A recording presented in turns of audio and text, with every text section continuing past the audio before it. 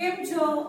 આજે આપણે વિડિયોમાં આપણું ચેપ્ટર 8 નું ગાડું અને પૈડું ધોરણ 4 એમાં આપણે આગળ ભણશું. હવે અત્યારે આપણે આ ચેપ્ટર નું નામ છે ગાડું અને પૈડું, એટલે તમને ખબર હતી કે આ ચેપ્ટરમાં આપણે શું ભણતા હતા? તો ત્રિજ્યા અને વ્યાસ, બરાબર? તો હવે જો હવે આ દાખલો આપણે 20 માં આવ્યા હતા, પ્રશ્ન 20 માં. તો એક જ વર્તુળની ત્રિજ્યાના માપ જુદા જુદા હોય છે. તમને મેં આના પહેલાના વિડિયોમાં અનેક વખત કીધું હતું કે એક જ વર્તુળ હોય એટલે ધારો કે આ એક વર્તુળ છે, બરાબર? હવે એવું કહે છે કે વર્તુળની ત્રિજ્યાના માપ જુદા જુદા હોય છે, તો ન હોય, કેમ કે એનું વ્યાખ્યા શું હતી? તો રેખાખંડનો એક અંત્ય બિંદુ કેન્દ્ર પર હોય અને બીજું અંત્ય બિંદુ ક્યાં હોય? તો વર્તુળ ઉપરના બિંદુ પર હોય. તો કેન્દ્ર પરથી શરૂ કરીને વર્તુળ પરના બિંદુને આપણે શું કહેતા હતા? ત્રિજ્યા. તો દરેક ત્રિજ્યાના માપ એક જ સરખા હોય. જો આ માપવું, આનું માપ પણ એટલું જ હોય. જો ધારો કે આનું માપ 2 સેન્ટીમીટર હોય તો દરેક ત્રિજ્યાના માપ 2 સેન્ટીમીટર જ હોય, બરાબર? એટલે શું છે કે એક જ વર્તુળની ત્રિજ્યાના માપ જુદા જુદા હોય છે. તો આ વિધાન ખોટું પડે છે, એટલે અહીંયા ખોટું કરી નાખું છું. હવે એના પછી એક જ વર્તુળના કેન્દ્રમાંથી પસાર થતા જુદા જુદા વ્યાસના માપ જુદા જુદા હોય છે. બને જ નહીં. શું કામ ન બને? કેમ કે એની વ્યાખ્યા મુજબ આ વર્તુળ છે, હવે આ કેન્દ્ર છે, બરાબર? એવું કહે છે એક જ વર્તુળના કેન્દ્રમાંથી, હવે આ કેન્દ્રમાંથી પસાર થતા, આ જો કેન્દ્રમાંથી પસાર થતા જુદા જુદા વ્યાસના માપ જુદા જુદા હોય છે, નથી હોતા. કેમ કે જો આ 4 સેન્ટીમીટર હોય તો ઊભું કરો તો પણ 4 સેન્ટીમીટર થાય, આમ કરો તો પણ 4 સેન્ટીમીટર થાય, આમ કરો તો પણ 4 સેન્ટીમીટર થાય. શું કામ? કે આપણે વર્તુળ છે, આ દોરેલું શું છે? વર્તુળ. તો દરેક છે વ્યાસના માપ એક જ સરખા હોય છે, કોઈની જુદા જુદા હોતા નથી. તો વર્તુળનું માપ એક સરખું હોય, એક જ કેન્દ્રમાંથી પસાર થતા હોય, વ્યાસના માપ એક સરખા હોય અને ત્રિજ્યા પણ એક જ સરખી હોય. એટલે આ વસ્તુ તમારે ખાસ યાદ રાખવાની છે. તો આમાં પણ ખોટું આવશે, બરાબર? હવે ધ્યાનથી જોજો કે આ બે પ્રશ્ન છે, મેં તમને એક કરાવું છું અત્યારે અને તમારે આના પછીનો છે જાતે કરવાનો છે. 22 નો કરો. પહેલા તમારી પાસે પરિકર અને શું હોવું જોઈએ? તો માપપટ્ટી હોવા જોઈએ, પેન્સિલ હોવી જોઈએ, બરાબર? તો જો પરિકર અને માપપટ્ટીની મદદથી 3 સેન્ટીમીટર ત્રિજ્યાના માપનું વર્તુળ દોરો. એવું કે છે પરિકર લઈ અને તમે સ્કેલમાં એક છેડો ક્યાં રાખશો? તમે સ્કેલ ઉપર એક છેડો શૂન્ય ઉપર એટલે કે 0 ઉપર રાખજો અને બીજો છેડો ક્યાં રાખશો? તો જેટલા માપનું તમને તેટલી ત્રિજ્યાના માપનું તમારે વર્તુળ દોરવાનું હોય ત્યાં સુધી તમારે રાખવું પડે. ધારો કે આપણને 3 સેન્ટીમીટર નું કીધું છે, તો પરિકરનું એટલે અણીનો ભાગ છે એ એક 0 ઉપર રાખવાનો છે અને પેન્સિલની અણીનો ભાગ છે એ જે તમારે 3 નો કાપો આવતો હોય એના ઉપર રાખવાનું છે. એટલે એ આપણે માપ થઈ ગયું 3 સેન્ટીમીટર.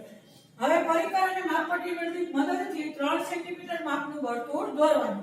તો હવે માની લો કે મેં આ માપ લઈ અને સરસ મજાના 3 સેન્ટીમીટર માપનું અહીંયા દોર્યું. હવે મારો એક છેડો ક્યાં હશે? પરિકરનો એક છેડો અહીંયા હશે અને પેન્સિલનો એક છેડો અહીંયા હશે. એટલે મેં સરસ મજાનું 3 સેન્ટીમીટર બોર્ડ ફેરવતા મેં 3 સેન્ટીમીટરનું વર્તુળ દોરી લીધું. હવે આ 3 સેન્ટીમીટર દોર્યું પછી હવે શું કહે છે કે ત્યારબાદ તે જ કેન્દ્રમાંથી, એવું કહે છે તે જ કેન્દ્ર એટલે આ જ કેન્દ્રમાંથી 1.5 સેન્ટીમીટરના ત્રિજ્યાનું માપનું વર્તુળ દોરવાનું. જો આ 3 સેન્ટીમીટર હતું એ મોટું માપ હતું અને 1.5 સેન્ટીમીટર એટલે 1.5 સેન્ટીમીટર એટલે 3 નું અડધું દોર, બરાબર? 1 મીટર 1.5 સેન્ટીમીટર 1 સેન્ટીમીટર અને પાછા બીજા નાના 5 કાપા એટલે 1.5 સેન્ટીમીટર. હવે જો તો આ છે 3 સેન્ટીમીટર તો એનું અડધું છે 1.5 સેન્ટીમીટર એટલે એની અંદર જ આવશે. તો ફરી પાછું તમારે સ્કેલમાં તમારે માપ લેવાનું છે અને 1.5 ઉપર કાપા ઉપર સરસ મજાનું ગોઠવી અને પાછી જે અણી હતી પરિકરની એ સેમ કેન્દ્રમાં જ રાખવાની અને પાછું આમ તમે ફેરવી અને 1.5 સેન્ટીમીટરનું અંદર એનું તમારે સર્કલ કરી લેવાનું છે, બરાબર? હવે આ તમે સમજી ગયા છો. તમને વારંવાર કહું, તમારે ઘરે પેન્સિલ અને પરિકરની મદદથી તમારે દોરવાના છે, સર્કલ દોરવાનો પ્રયત્ન કરશો ને તો તમને બહુ આસાન લાગશે, બરાબર? આપણે ગયા વિડિયોમાં આપણે જોયું હતું સર્કલ કેવી રીતે દોરવાનું. હવે પ્રશ્ન 23 માં કયો છે? સેમ આ જ રીતે છે ભાઈ. એમાં 3 સેન્ટીમીટરનું માપ છે અને ઉપર છે કે 4 સેન્ટીમીટર જેવું કંઈક માપ છે, તો કાંઈ વાંધો નહીં. નિયમ તો આ જ છે, કેન્દ્ર એક જ સરખું લેવાનું છે, માપ અલગ અલગ લઈ અને બે સર્કલ ઉપર દોરવાના આવશે. તો તમારે 22 અને 23 સરસ મજાના તમારી આ બુકમાં દોરી લેવાના છે. હવે ત્યારે અને બાકી તમારે ઘરે પ્રેક્ટિસ કરવાની છે. ચાલો આ તમે જોઈ લો, હું ત્યાર બીજો પ્રશ્ન તમને કરાવું.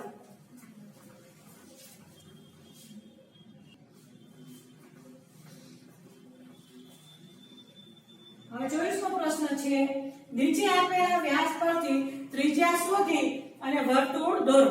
તો આપણે આની પહેલા પણ વાત થયેલ છે કે હંમેશા ત્રિજ્યાના માપ પરથી જ વર્તુળ દોરવાનું આવશે. બરાબર, તમારે અત્યારે એટલું આવશે, પછી તમે જેમ જેમ મોટા થશો તેમ વ્યાસ પરથી પણ તમારે ત્રિજ્યા લઈ અને વર્તુળ દોરવાનું આવે. તો આજે અત્યારે આપણે શું શોધવાનું છે? અત્યારે કે વ્યાસ પરથી ત્રિજ્યાનું માપ શોધવાનું છે. તો વ્યાસ બરાબર 2 સેન્ટીમીટર, એમ કે છે વ્યાસ બરાબર 2 સેન્ટીમીટર છે, તો ત્રિજ્યા બરાબર ખાલી જગ્યા સેન્ટીમીટર, એટલે આપણે શોધીને લખવાનું છે. તો ત્રિજ્યા શોધવાનું, વ્યાસ પરથી ત્રિજ્યા શોધવાનું સૂત્ર શું હતું? જરાક યાદ કરવું જોઈએ. તો વ્યાસ પરથી ત્રિજ્યા શોધવાનું સૂત્ર જો તમને યાદ ના હોય તો પાછું પાકું કરી લેજો. વ્યાસ બરાબર શું આવશે? કયું આવશે? તો વ્યાસ બરાબર ત્રિજ્યા શોધવાનું છે, સોરી, તો ત્રિજ્યા બરાબર ત્રિજ્યા શોધવાનું સૂત્ર વ્યાસ ભાગ્યા 2. શું કીધું તું? ત્રિજ્યા શોધી અને આપણે સર્કલ દોરવાનું હોય, કેમ કે આપણે ત્રિજ્યા શોધવાની છે, એટલે જે શોધવાનું છે એનું સૂત્ર આપણે લખવાનું છે. તો ત્રિજ્યા બરાબર વ્યાસ છેદમાં 2. તો વ્યાસની કિંમત અહીં કેટલું આપ્યું છે? વ્યાસ બરાબર 2 સેન્ટીમીટર આપ્યું છે, તો હું બરાબર કઈ લખું? 2 સેન્ટીમીટર એના છેદમાં 2, કેમ કે આ 2 હતું એટલે આપણે નીચે છેદમાં 2 લઈ લેવાના. અને 2 ના ઘડિયામાં 2 ક્યાં આવે છે? તો 2 1 2, તો હું એક છેદ ઉડાડી નાખું. 2 1 અહીંયા 2 1 2, તો બરાબર કેટલું આવ્યું? આ એનો જવાબ આવ્યો, તો 1 સેન્ટીમીટર. અને જો તમને ખાલી જગ્યામાં પૂછાય તો તમારે વ્યાસના અડધા ત્રિજ્યા કરી નાખવાના, તો સીધે સીધું તમે 1 સેન્ટીમીટર લખી શકો. બરાબર, તો આપણો જવાબ આવ્યો 1 સેન્ટીમીટર. એટલે હું અહીંયા સરસ મજાના અક્ષરે જવાબ લખી દઉં કે અહીંયા 1 સેન્ટીમીટર આવે, ત્રિજ્યા બરાબર 1 સેન્ટીમીટર. હવે એના પછી છે વ્યાસ બરાબર 4 સેન્ટીમીટર અને આપણે ત્રિજ્યા શોધવાની છે. તો જે વસ્તુ શોધવાની છે સૂત્ર મૂકીએ. તો ત્રિજ્યા બરાબર વ્યાસ છેદમાં 2 અથવા વ્યાસ ભાગ્યા 2. બરાબર, હવે હું અહીંયા બરાબર નિશાની કરી, તમારે જો નીચે જગ્યા હોય તો તમારે નીચે જ લખવાનું છે. બરાબર, તો વ્યાસ બરાબર વ્યાસ કેટલું છે? તો વ્યાસ છે 4 સેન્ટીમીટર છે, તો 4 સેન્ટીમીટર છેદમાં કેટલા આવશે? આ 2 ના 2 રહેવા દેવાના છે. હવે 2 ના ઘડિયામાં 4 ક્યાં આવશે? તો 2 2 4, 2 1 2, 2 2 4. તો આ આપણો જવાબ છે. તો 2 સેન્ટીમીટર 4 સેન્ટીમીટર વ્યાસની ત્રિજ્યા કેટલી થાય? 4 સેન્ટીમીટરની ત્રિજ્યા 4 સેન્ટીમીટર વ્યાસની ત્રિજ્યા 2 સેન્ટીમીટર. તો આપણો જવાબ આવ્યો 2 સેન્ટીમીટર. સરસ મજાનું આપણે બોક્સમાં મૂકી દઈએ અને અહીંયા પણ મૂકી દેવાની, 2 જગ્યાએ જવાબ મૂકી દેવાનો. તો આવા દાખલાને તમે જાતે લખી અને અડધું કરી અને તમારે પણ પ્રેક્ટિસ કરી શકાય. ચાલો આ પ્રશ્ન છે તમે જોઈ લો.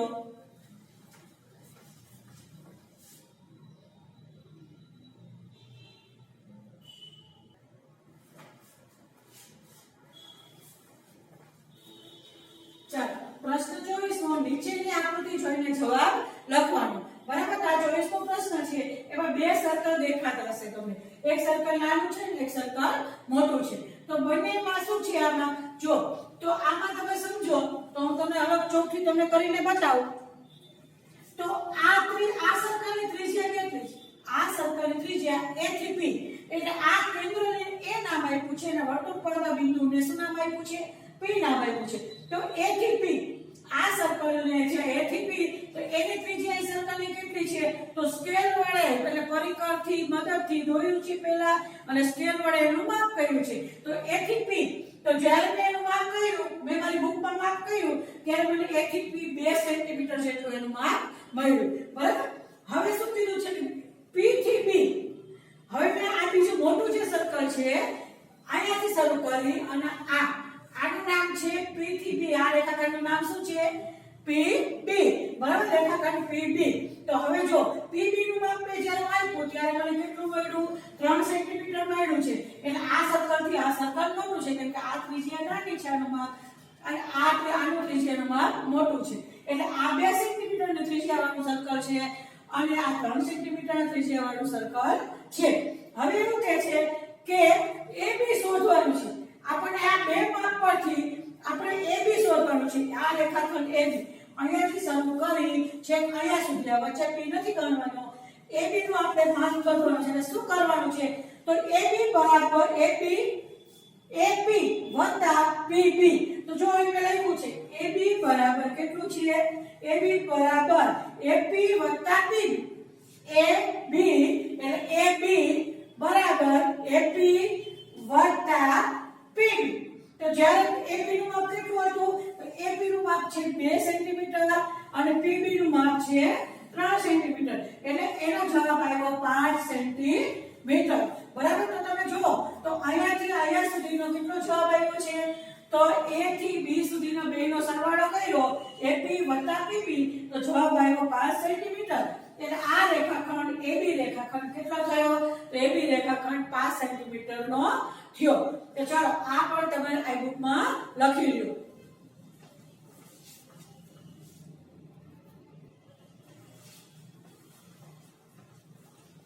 ચાલો પ્રશ્ન 26મો છે આનંદી, શીલા અને માધવ. તો આ પ્રશ્નમાં શું છે કે ત્રણેય જણા રમત રમે છે અને ત્રણેય પાસે એક એક દોરી છે. બરાબર. અને ત્રણેયની દોરીના માપ અલગ અલગ છે. તો હું ખાલી તમને સમજાવી દઉં છું. તમારે તમારી રીતે જવાબ ગોઠવી અને વ્યવસ્થિત આ બુકમાં લખવાના છે. તો આનંદી પાસે 2 મીટરની દોરી હતી, શીલા પાસે 1 મીટરની દોરી હતી અને માધવ પાસે 3 મીટરની દોરી હતી. તો આ લોકોએ શું કરવાનું હતું? મીટર એટલે આપણે શું સેન્ટીમીટર ગણવાનું. કેમ કે આપણે છે નોટબુકમાં આપણે દોરવાનું હોય તો નોટબુકમાં કોઈ દી મીટરના માપથી દોરાય નહીં. કેમ કે પેજ નાનું હોય અને મીટરનું માપ તો મોટું હોય. એટલે આપણે અહીંયા સેન્ટીમીટરનું માપ આપણે સમજવાનું. તો શું છે આમાં જો આ પ્રશ્ન એવા છે કે કોનું સર્કલ મોટું છે, કોનું વર્તુળ મોટું છે હોય. તો અહીંયા જો તો જેમ દોરીની લંબાઈ વધારે એમ એનું સર્કલ મોટું. તો અહીંયા એવું આવશે કે માધવનું સર્કલ કે વર્તુળ મોટું છે. શું કામ કે એની દોરી છે 3.5 મીટરની દોરી છે. બરાબર. એટલે આપણે 3.5 સેન્ટીમીટર સમજવાનું. પછી શીલાની દોરી. તો શીલાનું સર્કલ કેવું છે? મોટું છે કે નાનું છે? માધવ કરતા શીલાનું વર્તુળ નાનું હશે. શું કામ નાનું હશે? કેમ કે માધવની દોરી છે 3.5 મીટર છે અને શીલાની દોરી છે 1 મીટર જેટલી છે. બરાબર. એટલે એનું સર્કલ એ પ્રમાણે દોરાશે. તો આ લોકો જમીન ઉપર વર્તુળ દોરીને શીખતા હતા, રમતા હતા. તો કેવી રીતે દોરતા હશે? તો આને ખીલીનો ઉપયોગ કર્યો હશે. શેનો ઉપયોગ કર્યો હશે? ખીલીનો. અને એક બાજુ શું મૂક્યું હશે? એક બાજુ કોઈ પણ દોરી કે સાઠકડું કે એવું કંઈક રાખ્યું હશે, સળિયો કે એવું રાખ્યું હશે. તો પરિકરની અણીની જગ્યાએ શું રાખ્યું હોય? ખીલી રાખી હોય. અને બાકી બીજો છોડો છે એ દોરી લઈને ફરે ગોળ ગોળ અને એ રીતે એને સર્કલ બનાવ્યા હશે. આની પછી હું તમને કહીશ કે કેવી રીતે સર્કલ બનાવ્યા હોય. પણ આ પ્રશ્નનો જવાબ એવી રીતે લખવાનો થાય કે કોનું સર્કલ, કોનું વર્તુળ મોટું છે? તો જેનું માપ જેમ મોટું એમ એનું વર્તુળ મોટું, જેમ માપ નાનું એમ એનું વર્તુળ નાનું. તો આના પ્રશ્નનો જવાબ તમે વાંચી સમજી અને જાતે તમારે લખી લેવાના છે. હું તમને PDF મોકલું, એમાંથી ઘણા ખરા માપ, ઘણી ખરી ડિઝાઇન બધું તમને હું મોકલું ને એમાંથી જોઈને તમારે દોરી લેવાના રહેશે. જો તમે ક્લાસરૂમમાં હોય તો મને અમુક વસ્તુ મને શક્ય હોય તો હું તમારી જગ્યાએ આવી તમને દોરવામાં મદદ કરું. પણ તમે ઘરે છો, હું સ્કૂલમાં છું. બરાબર. તો તમે જાતે પ્રયત્ન કરજો અને ના આવડે તો આપણે જ્યારે આવીએ સ્કૂલમાં ત્યારે આપણે ફરીથી એમને કરશું. તો તમારે 26મો પ્રશ્ન સમજી અને તમારે જવાબ લખવાના છે. 100 વસ્તુ યાદ રાખવાની છે કે જેમ દોરીની લંબાઈ વધારે એમ એનું સર્કલ કે વર્તુળ મોટું, જેમ દોરીની લંબાઈ ઓછી એમ એનું વર્તુળ નાનું. આ રીતે સમજી અને તમારે જવાબ લખવાના છે.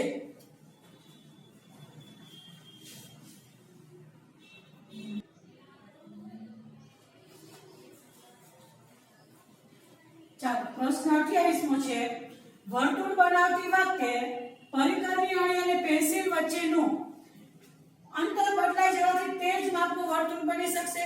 ધારો કે સાચું ખોટું આપણે કહેવાય છે. ધારો કે મારે 2 સેન્ટીમીટરનું માપ દોરવું છે. મેં સરસ મજાનું 2 સેન્ટીમીટરનું માપ લઈ અને મેં દોરવાનું શરૂ કર્યું. બરાબર. પછી થોડીક પેન્સિલને ઓલો પરિકર જરાક દબાઈ ગયું તો માપ શું થઈ જાય? માપ ફરી જાય. કેમ કે માપ નાનું થઈ જાય. બરાબર. તો શું પાછું શરૂઆત કરવાથી તો શું તે જ માપનું વર્તુળ દોરી શકાય છે?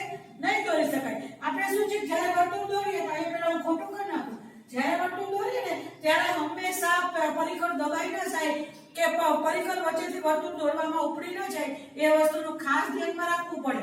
કેમ કે જો એકવાર તમારું કેન્દ્ર એટલે જ્યાં પરિકરની અણી છે એ બદલાઈ જશે, ઉપડી જશે, તો તમારું એક સરખું માપ ક્યારે પણ આવશે નહીં. બરાબર? તો આપણે એ જ તો પ્રેક્ટિસ કરવાની છે વર્તુળ દોરવામાં. અને ક્યાંથી પકડવાનું યાદ કરો. પરિકરને આપણે ઉપરનું જે ટોપનો ભાગ હોય ત્યાંથી પકડવાનું છે. અને પરિકર કોઈ દિવસ ઢીલું હોવું જોઈએ નહીં. પરિકરને જે બોલ્ટ આવતા હોય એ હંમેશા ટાઈટ રાખવાના, એટલે ભેગું થાય નહીં. હવે 30મો પ્રશ્ન છે. 29મો છે અલગ અલગ પ્રકારની ડિઝાઇનો છે જે તમારે જાતે દોરવાની રહેશે. નીચે આપેલી વર્તુળની આકૃતિ પરથી માગેલી વિગત જણાવો. જો એક વર્તુળની આકૃતિ આપી છે અને તમારે અહીંયા એના વિગત આપી છે, તમારે એનું જણાવવાનું છે કે એને શું કહેવાય, ત્રિજ્યા કહેવાય, કેન્દ્ર કહેવાય કે વ્યાસ કહેવાય. કેમ કે તમને એ તો આપણે ભણી ગયા છે એટલે ખબર હોવી જોઈએ. તો જે O આપ્યો છે, પેલો O, તો O આમાં શું દર્શાવે છે? તો O દર્શાવે છે સર્કલ, એટલે આ સર્કલનું શું દર્શાવે છે? કેન્દ્ર. તો હું અહીંયા લખી નાખીશ કેન્દ્ર. O છે એનું કેન્દ્ર છે આ વર્તુળનું. હવે એમ કે છે AB, AB શું દર્શાવે છે? તો અહીંયા છે A ને B અહીંયા છે. અને જો તમે ધ્યાનથી જોશો તો એ કેન્દ્રમાંથી પસાર થાય છે.